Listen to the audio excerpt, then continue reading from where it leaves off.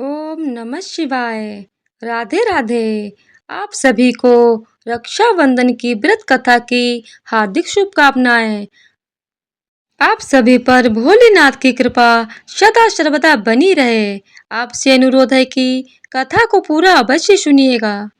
यदि आपने चैनल को सब्सक्राइब नहीं किया है तो कृपया चैनल को सब्सक्राइब कर दीजिएगा, ताकि आपको हमारे चैनल पे सावन मास में आने वाली प्रत्येक त्योहारों की व्रत कथाएं सुनने को मिलती रहें। तो आइए शुरू करते हैं रक्षाबंधन की व्रत कथा।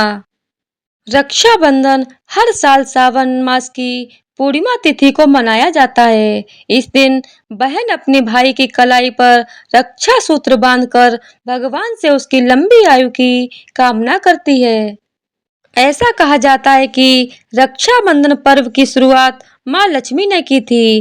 क्या आपको पता है रक्षाबंधन जैसे पावन पर्व की शुरुआत कैसे हुई थी? अगर नहीं पता है तो चलिए आज हम आपको रक्षाबंधन से जुड़ी पौराणिक कथा बताते हैं। तो आइए शुरू करते हैं रक्षाबंधन व्रत कथा।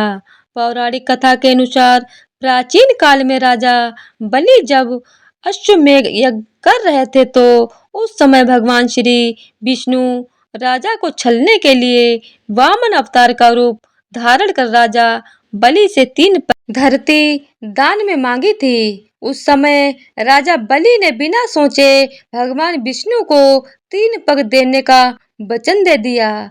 देखते ही देखते भगवान विष्णु ने अपने छोटे से पांव से 2 पैग में आकाश और पाताल को नाप लिया। तीसरे पग के लिए राजा बलि के पास कोई जगह नहीं थी, इसीलिए उन्होंने अपने सर को भगवान विष्णु के चरण के नीचे रख दिया। यह देखकर भगवान विष्णु राजा बलि से बहुत प्रसन्न हुए।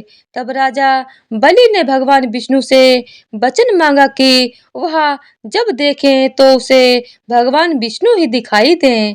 यह सुनकर भगवान विष्णु ने राजा बलि को वचन दिया।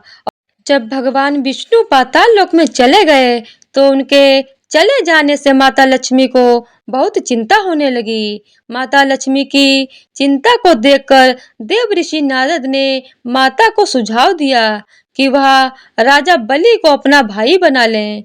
ऐसा करने से उनके स्वामी वापस उनके पास आ जाएंगे। नारद मुनि की बात सुनकर माता लक्ष्मी स्त्री का वेश धारण करके रोती हुई पाताल लोक में राजा बलि के पास पहुंच गईं। राजा बलि ने जब उन्हें रोता हुआ देखा तो उन्होंने उनसे रोने का कारण पूछा। तब माता लक्ष्मी ने कहा कि मेरा कोई भाई नहीं है, इस वजह से मैं बहुत दुखी हूँ। यह सुनकर राजा बलि ने माता लक्ष्मी से कहा, तुम मेरी बहन बन जाओ। इसके बाद माता लक्ष्मी ने राजा बलि को राखी बांधकर अपने स्वामी भगवान विष्णु को वापस मांग लिया।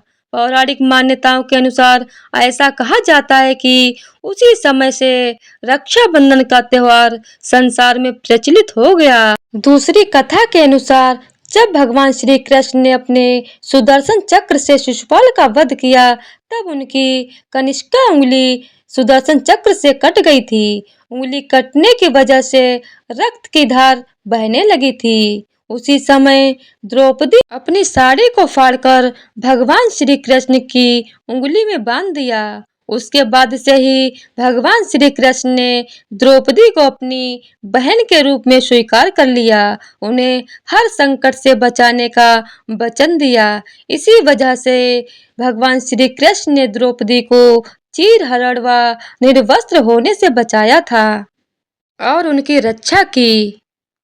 तो उम्मीद करते हैं ये कथाएं आप लोगों को बहुत पसंद आई होंगी। अगर पसंद आई हो तो वीडियो को लाइक शेयर और चैनल को सब्सक्राइब कर दीजिएगा। धन्यवाद।